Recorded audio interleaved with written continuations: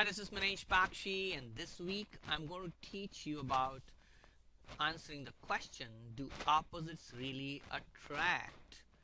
So, you might have seen people being attracted to opposites, and we'll talk more about that today. The topics we will cover: the bottom line about each disc trait, what attracts a D to an S, and vice versa, three keys to using disc in relationships. So, what is the bottom line about disc?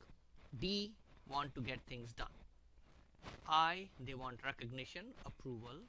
S want to get along, and C want to get it right. Now this is I got from Illinois University Conference Notes. So ask yourself which one you are, and if you are typically a core student, you are more likely a D or I, or a combination of those.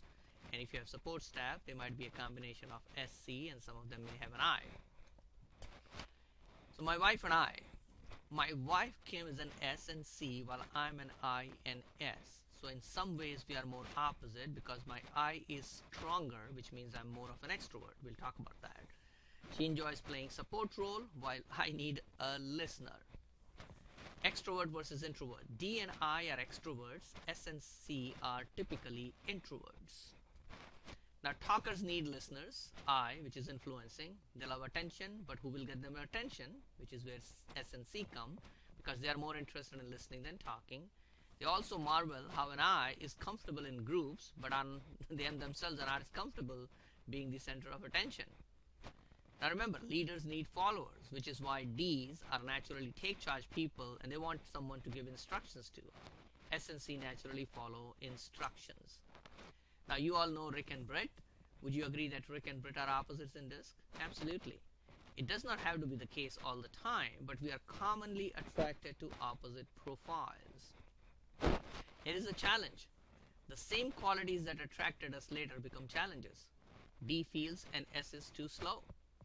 I feels C is always correcting him or her. A C looks at D or I and cringes how they break rules.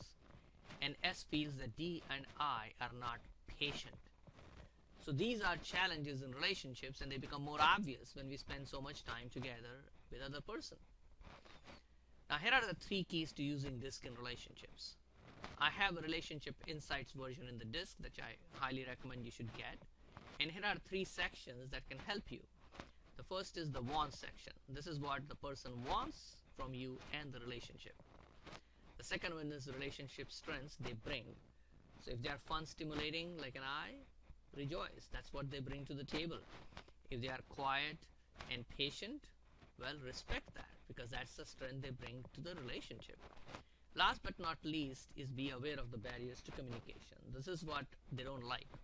Like in my case, I don't like my wife being secretive. But that's natural for somebody who's a high C and sometimes a high S, because they want to be private individuals and not very open and public. They cringe when some private information is shared about them. So I hope this helps you, and looking forward to supporting you further in the disc and other common qualities.